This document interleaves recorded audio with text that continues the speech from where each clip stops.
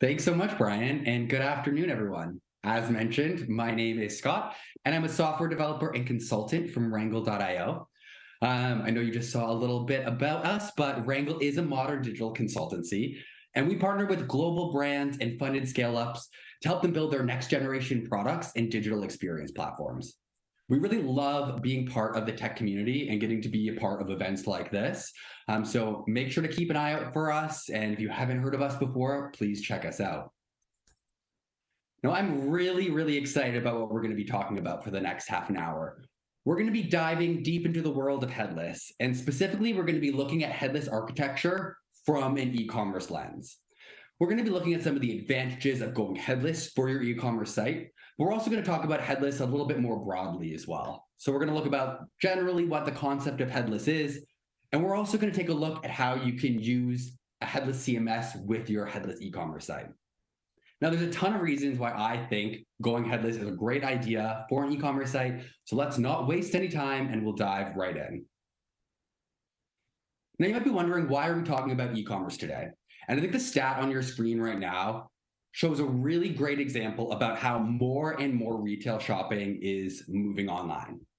Now, I don't know about you, but at the start of the pandemic a couple years ago, I think the only thing that would bring me joy was receiving packages in the mail, and I got addicted to online shopping. Unfortunately, that is still something that stays with me today, and I'm sure I'm not the only one here who's felt that.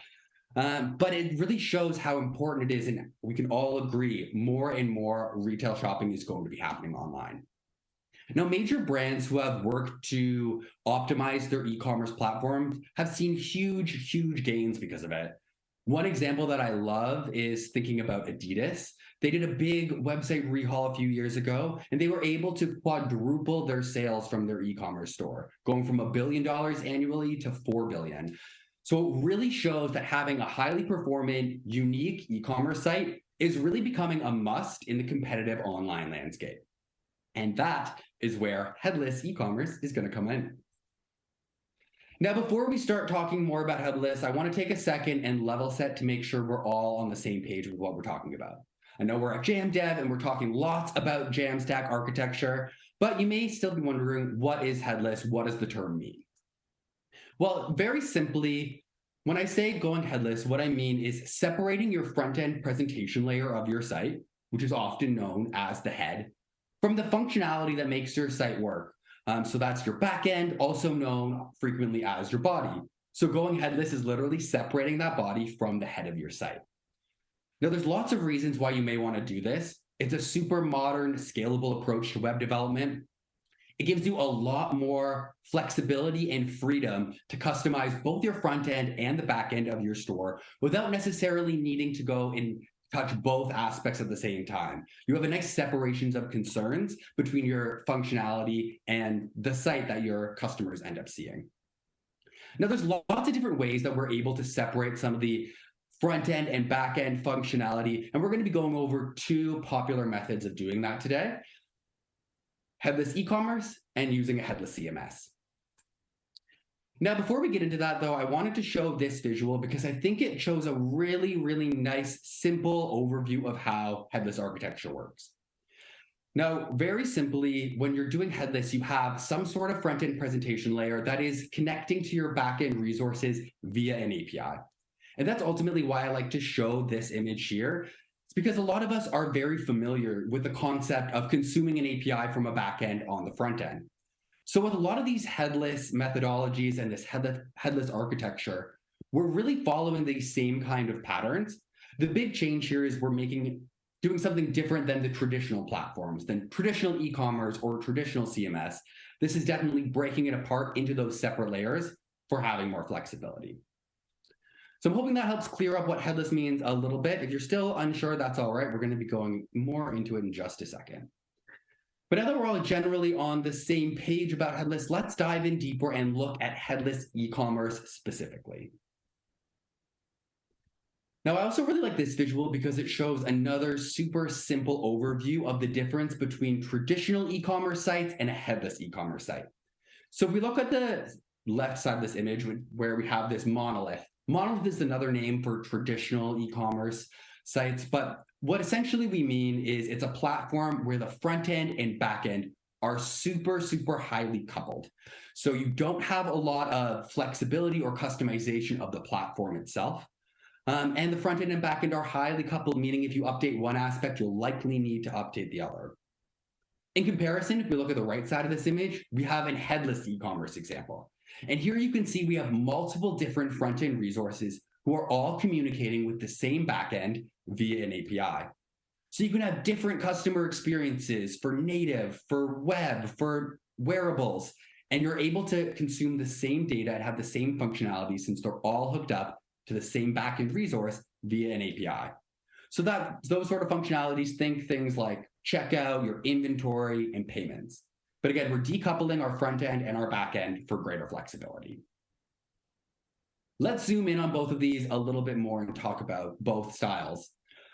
So here we have a traditional e-commerce example. And if we look at this image here on your screen, you're probably pretty familiar with other sites that look like this. And it's the idea of a templated approach that you can get from a traditional e-commerce platform. If you decide to go this approach, you kind of get everything all in one box. It's great because it's super easy to get this type of e-commerce site up and running since you don't even really need to code. A lot of these different tools, they're super, super user-friendly. So all you need to go in there is to go in and add your information and you're able to create a store. That does come with some limitations though. You do have some design constraints, and you're pretty limited to using specific templates and pages that the platform has decided. You're also often forced to use specific languages or frameworks that are decided by the platform. So some common examples of traditional e-commerce platforms, we have things like Shopify or Square. So for example, if you're using a Shopify store and you want to customize something in the layout or the template, you'll need to go and write Shopify's liquid language. So that is another learning curve to being able to update a traditional e-commerce platform. Now let's look at Headless in comparison to our traditional e-commerce platform. So like I mentioned, with Headless, we're consuming the backend through an API so we can go and create a variety of different front-end solutions. And ultimately, the best part about this is it gives you a ton of flexibility. You don't have those design constraints because you're not working within the same templates and pages that are required from a traditional e-commerce platform. It's also framework agnostic. You can choose to write your code in whatever framework you want, whether that's Vue, React, Angular, since you're consuming all of this data and the functionalities from your backend. You also have endless possibilities for new applications. Since you are consuming this via an API, you can pass this data onto a wide variety of things. Like I mentioned, you can do web apps, you can do native apps, you can even send this data and functionality to in-store kiosks. So it really does give you a lot of different flexibility and different tools that you're able to go and really optimize your e-commerce platform. Now, before we go any further and continue talking about Headless, I want to take a break here for a second and look at a couple examples of a traditional versus a headless e-commerce platform. And for this example, we're going to be using Shopify for both of them. I have chosen Shopify because they have both a traditional solution and a headless solution for their e-commerce platforms. And so we're going to look at how the Shopify store can be used in both ways.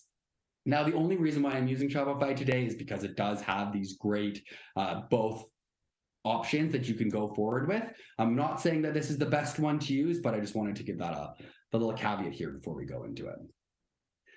So if we pop over into this tab here, we can see the sample Shopify store that I set up. Now, I set this up the other day and I made it completely bare bones. What I mean by that is I went through the general setup process, came on into this Shopify UI, and all I did was add in 3 sample products. We're going to be looking at an imaginary shoe store that we're creating here today.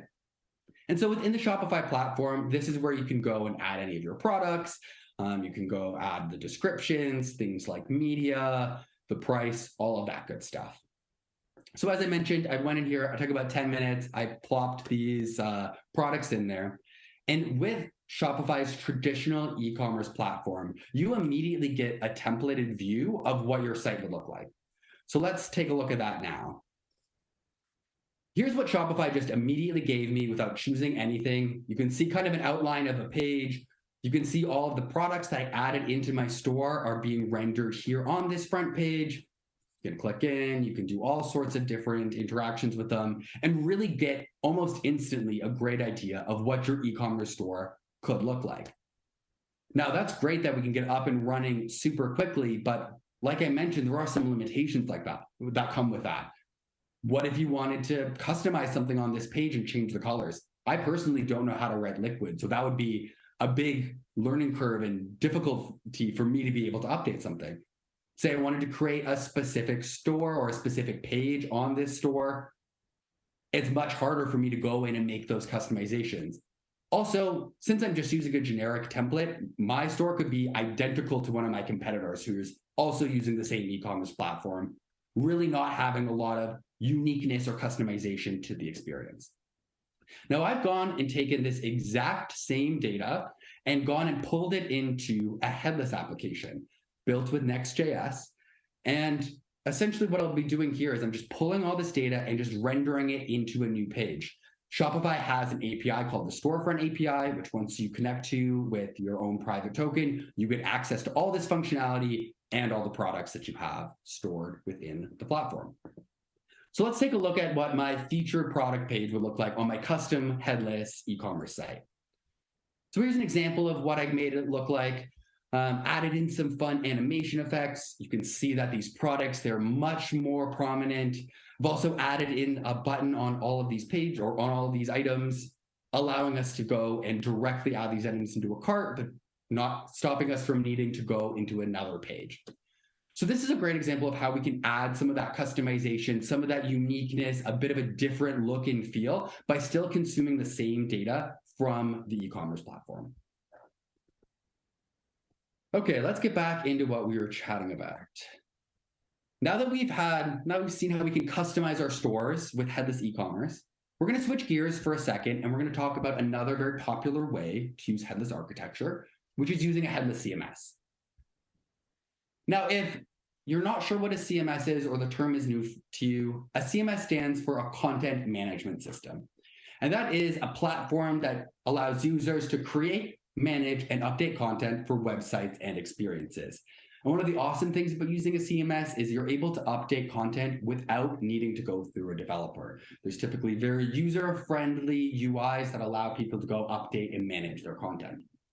Content can be a wide variety of things from text, images, videos, even so far as page layouts, depending on how you set up your CMS. And it also kind of acts like a content database to storing your content and allowing it to be sent to your front end. There's different types of CMS products. We have traditional CMS products, which are also known as monolith CMSs. And then we also have headless CMSs. So let's look at both of these a little bit more as well. And the image in the top left, you can see a bit of an overview of what a traditional CMS architecture would look like. In this world, the front end and the back end, they are highly, highly coupled. So again, if you want to update one aspect of these, you often will have to update another aspect of it, whether that's the front end and the back end.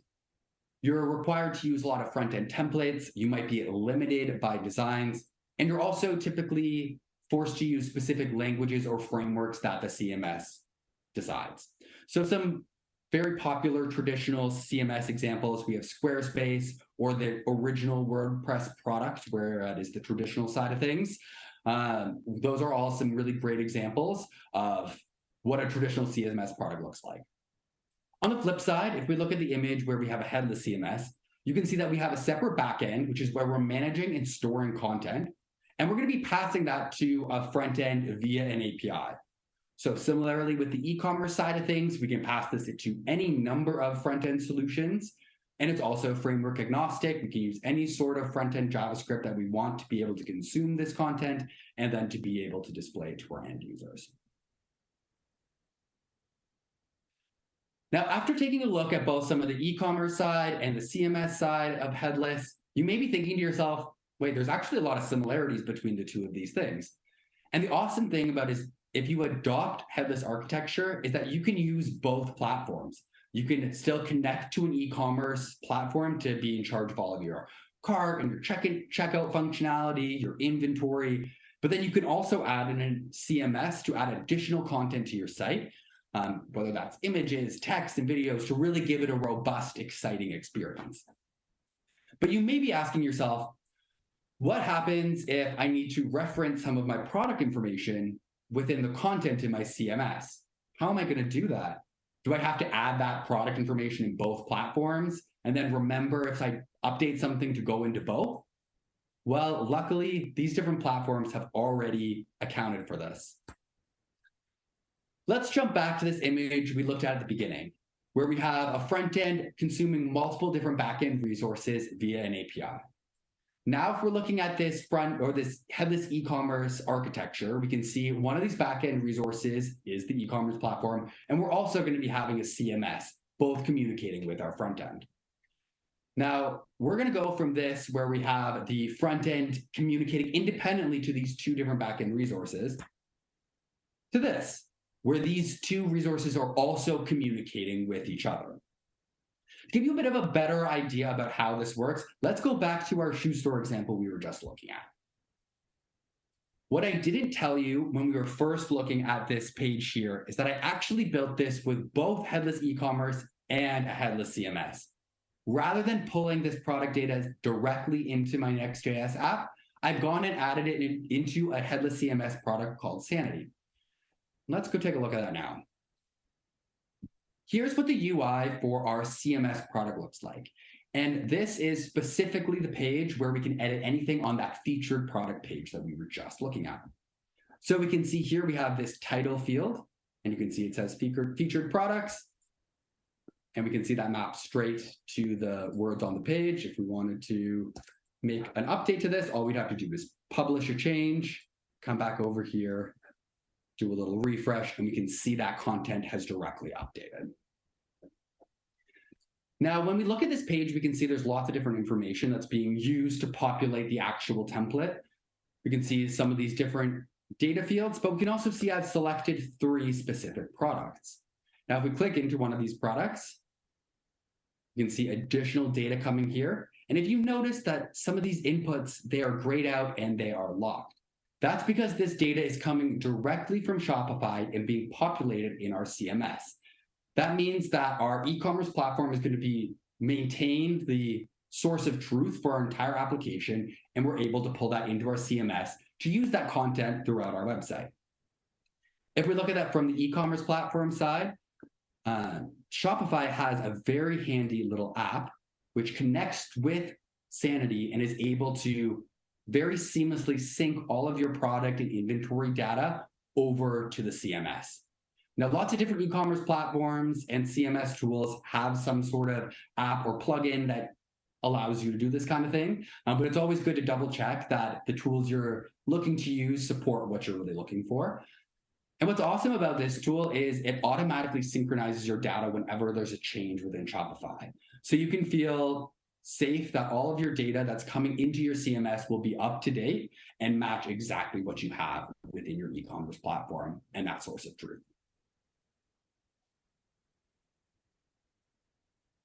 Now, I know we've been looking at a lot of examples and going over some of it more theoretically and looking at the platforms.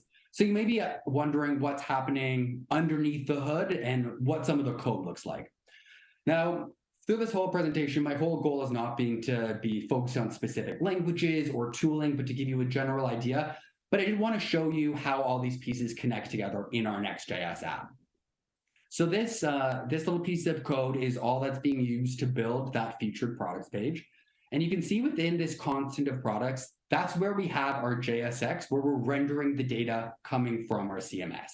That's being passed into this component as a prop, as data. And then we're destructuring that and injecting it in specific places of the page so that we can render that content. So for example, you can see within this H2 here, that's where we're rendering the title that we've set within the CMS. Now, I do want to call out that this is not the only way that you can use a Headless CMS to create pages.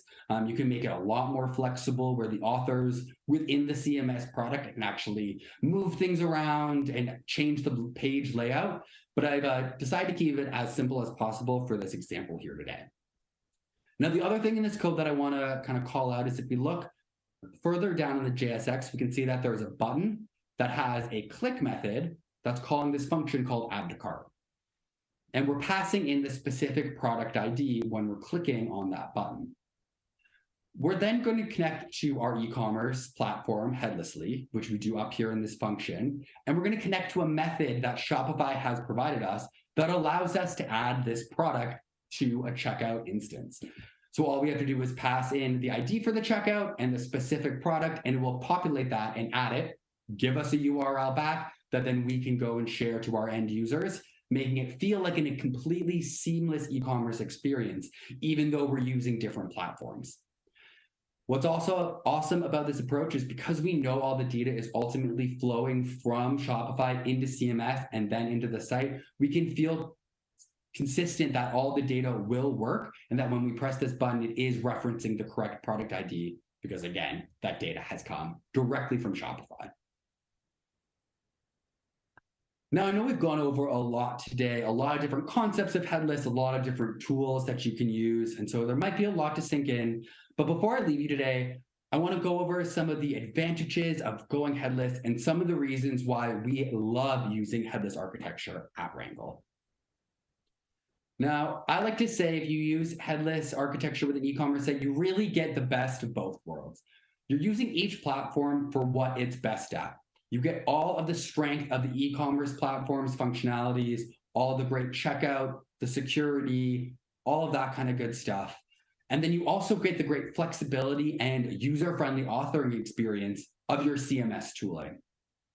As we've talked about lots, the API connection is super easy, something that as web developers, we're typically quite confident and able to do. You get a ton of flexibility when you decide to go the headless route.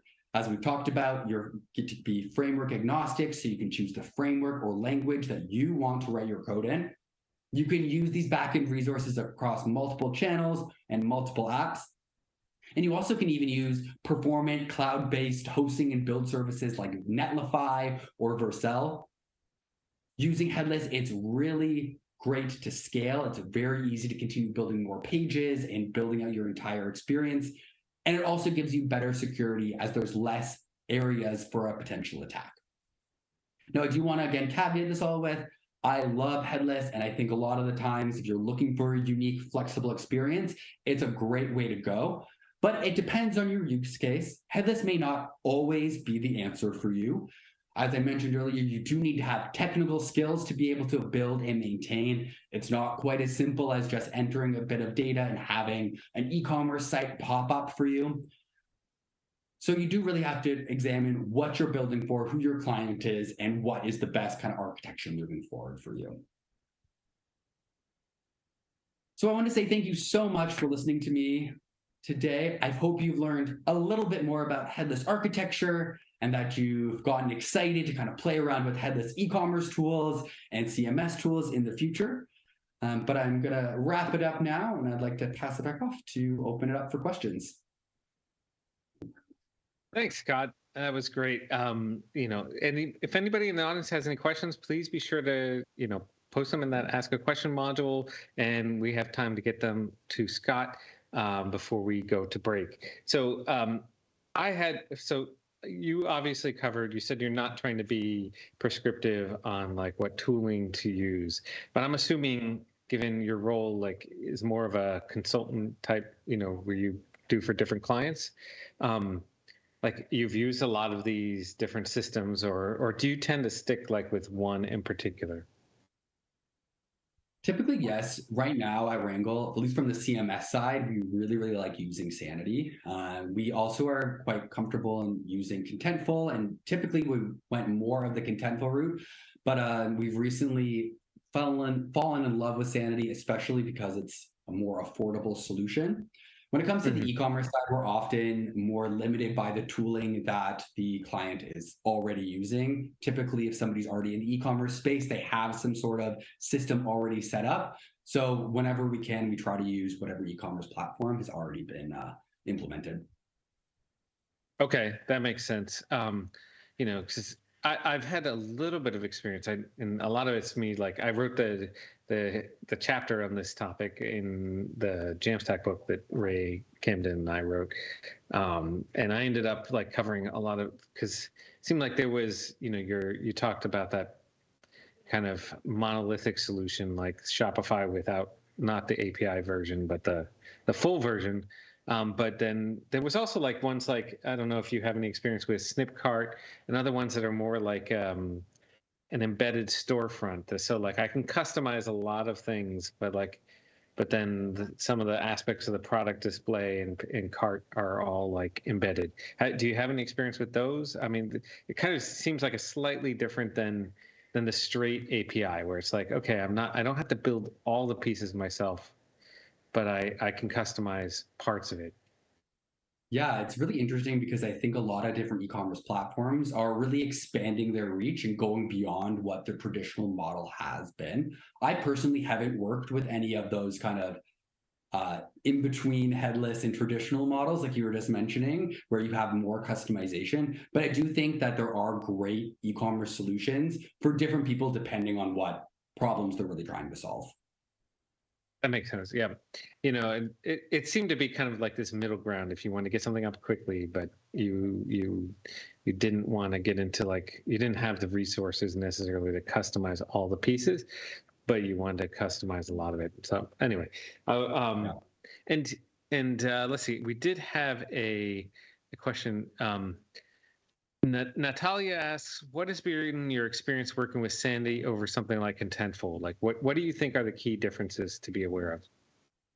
Yeah, that's a great question. Depending on the CMS that you decide to use, the authoring experience and the entire developer experience can be very, very different.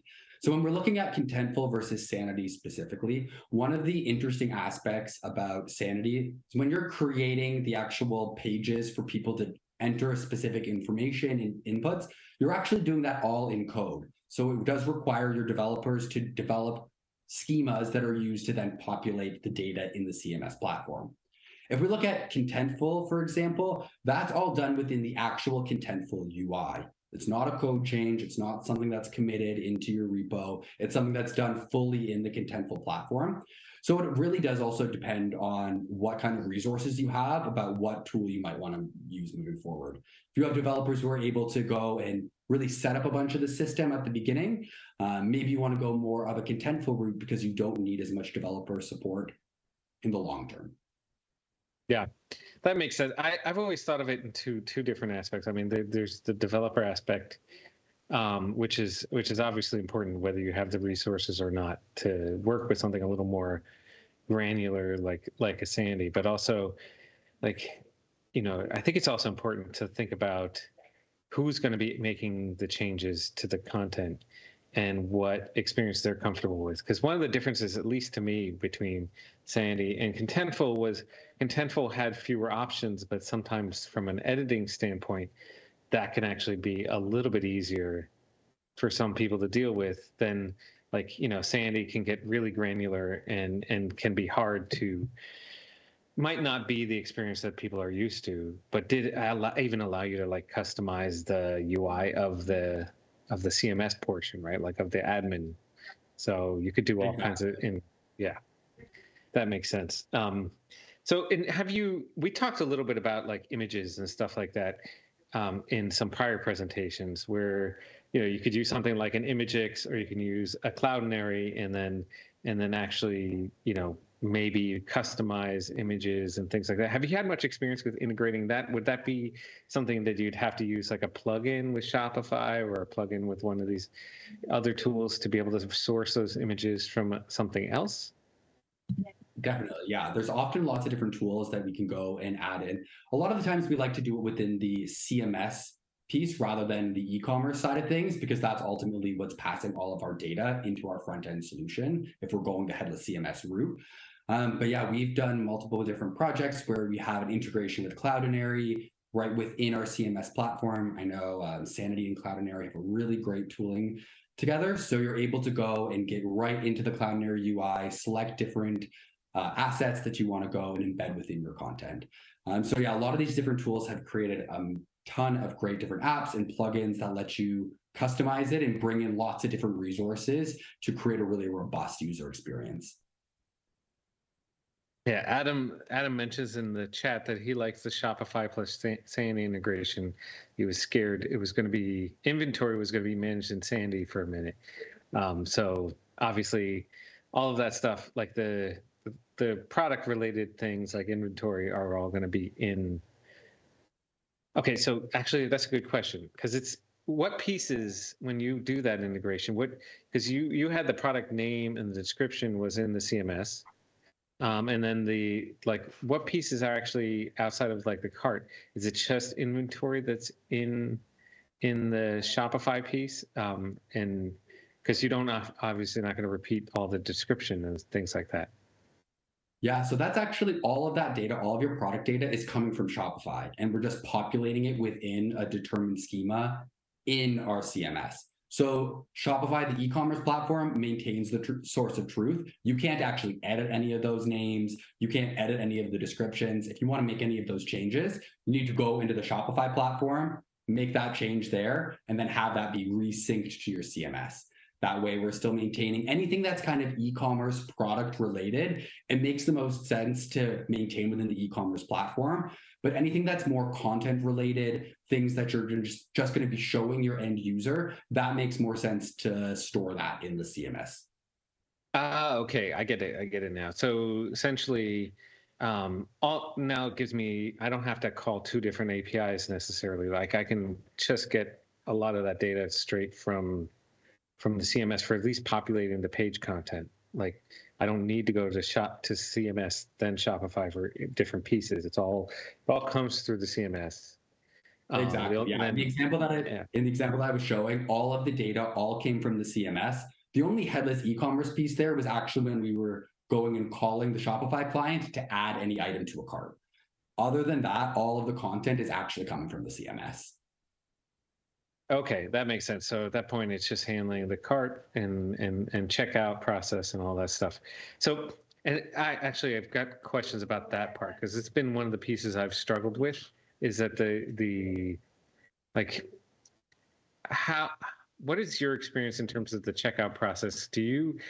Some of these providers allow you just to say, hey, you know what, I don't feel like building that, just send it off to them. And like the point at which you hit the checkout, you're going through a kind of an experience that you may be able to customize to some degree, but then it's actually run on their servers versus, other ones like, or some of them allow you both options where like, okay, no, I want to create my own checkout experience. So then I have all the APIs to be able to do that. What's your recommendation? Do you have, or is it really just depends on what you need? I think it depends on what you need, depends on the platform that you're using. And it also depends on how much flexibility you have. Like I know, for example, with a Shopify experience, once you actually get to the checkout page, it's pretty difficult to go and edit that experience. So it might not be the tool that you'd want to use if you wanted to have a very unique checkout experience. It does get a bit difficult when you're getting into a lot of some of these e-commerce functionalities. I think the main goal should be to try and update more UI pieces and continue to have as much functionality be controlled by the platform itself. Yeah. I've built shopping carts in the past, and honestly, if I could avoid building them again, I'd rather never have to build it again myself. It's kind of like, this is one of the things I love about the whole, like about doing development in kind of a Jamstack methodology. Is like, there are things that I had to do in the past. I've had to build like, login, the whole registration and login experience, or an authentication, or having to build a shopping cart. And it's like, once you've built those once or twice, you're like, God, I really don't want to ever have to do that again. I'd much rather hand it off to like, oh, let's do like, identity via like Auth0 or whatever, and shopping cart via Shopify, and then I never build it. Yeah, exactly. I know for me, it's a date picker. That's one I never want to personally build again. Yeah, that's one of the great things about going headless, is that you can make it really composable and take pieces that you want from here and there. Say you're using like a search on your e-commerce platform that's coming from your e-commerce platform, and you're not really liking how that's functioning, you can pull in a different resource and have it within your front end to have all the pieces work together. So I think that aspect of getting to pick and choose what works for your overall architecture and your overall experience is one of the huge benefits of it. Yeah. Yeah, that I hadn't really thought about. So most of these e-commerce tools provide some kind of product search. Is that what you're saying? That you can integrate straight into your site? It depends. That was just an example of one type Yeah. of thing, but if there's different functionality that it may not be serving you as it comes directly from the platform you're using, it's nice because you're able to go and add your own aspects into it rather than being really confined by what the platform has decided. Yeah, yeah, totally. But it just made me think like I hadn't really thought about like whether they had integrated search or not. I've always used like, personally I end up using Algolia in the end for like my search and it works great. So, which usually like it's pretty easy to connect Algolia to like to Sandy and then like I've got, or Contentful and all of my content then would be my products would be searchable, my content searchable, all within an integrated interface, right? Exactly. Yeah. Yeah, cool. So I, I I wanted to ask you one. We have just a few more minutes. Let me make sure I didn't miss any audience questions. Oh yes, Derek asks, any thoughts on Strappy? Strappy, great question. I actually personally haven't really used Strappy myself. I know that there is a lot of talk about it, and it does seem super interesting. I don't have much experience with it, though. It is definitely a CMS product I want to check out more, though. Yeah, it's not one I've used myself either. I mean, I think so far all of my experiences have either been Sandy or Contentful. And as we said, like, I think those are they're very unique in the way they do things. Like one of the things about like Sandy, for those who haven't used it, right, is you don't define in the UI. You like actually have to sit there and define in code your the different types of content you want, and then it automatically will generate that whole UI for you for that admin, which is why like you can then customize that, right? I mean, I don't know if you want to talk a little bit more about how it works behind the scenes. Yeah, you hit it pretty much exactly, where you have to go and define the schemas and this type of data you want on a specific page within code. It's a very interesting aspect of working with Sanity. I went from first working in Contentful and then moving to Sanity and having to go and define these content models in code. I hated it at first. I was like, why would anybody go forward with doing this? But after getting over the learning curve, I actually have fallen in love with the amount of customization that you're able to do. And you're able to really drill down and figure out what sort of data that you'd like. It's also kind of nice because it gives you a little bit more control from the developer side. I know we talked a little bit about flexibility earlier, and that's one of the difficult things with these platforms is often flexibility comes at the cost of usability. So sometimes if you want to make something completely fully flexible, it may end up being a platform that your end users don't know how to use it and they can't end up updating or entering content. So I think it really is that balance of figuring out how to build things properly and having the control and sanity of determining what those content models are, rather than letting anybody go into the UI and define a new one, really helps to streamline some of those pages and components. Absolutely. One other thing that like I always thought it's not necessarily important for everybody, but when it's important, it could be really important, and it's hard to know up front sometimes whether this is going to be important. Um, is that you can customize the validation. So like in Contentful as an example, right? Like every content type has a specific set of validations. It may only have like one validation, like is this a number, or like actually numbers allow you to say, okay, has to be within this range. But then that's the limit to like the amount of validations you can do. Um, and so on with all of their different types. It's like this type has this validation or that validation, which you can enable. Whereas like in Sandy, you can actually write code that custom validates the content. So like if you have a specific need for like this value has to be within a specific range and has a whole bunch of customization, like I can actually write my own custom validator. Exactly. Yeah. It's great because you have that flexibility to add that business logic right from the place where people are entering content.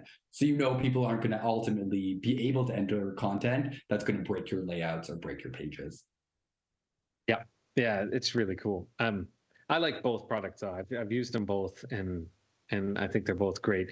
And everybody in the chat's kind of mentioning some of their own. Like, we had the question about Strappy. There was another one mentioning content.ai, content with a K. But like, as another option, I honestly haven't used. I know of content, but haven't actually gotten to use it yet. So, and it looks like all these different tools, like they're mentioning, already have like connections to tools like Shopify. I don't know if there's any. Are there any other? I mean, we talked a lot about Shopify. It's the last question. Like, what are there other options that you're aware of that like people might look into beyond Shopify, or do you just be like, oh, if I were recommending, I'd stick with Shopify?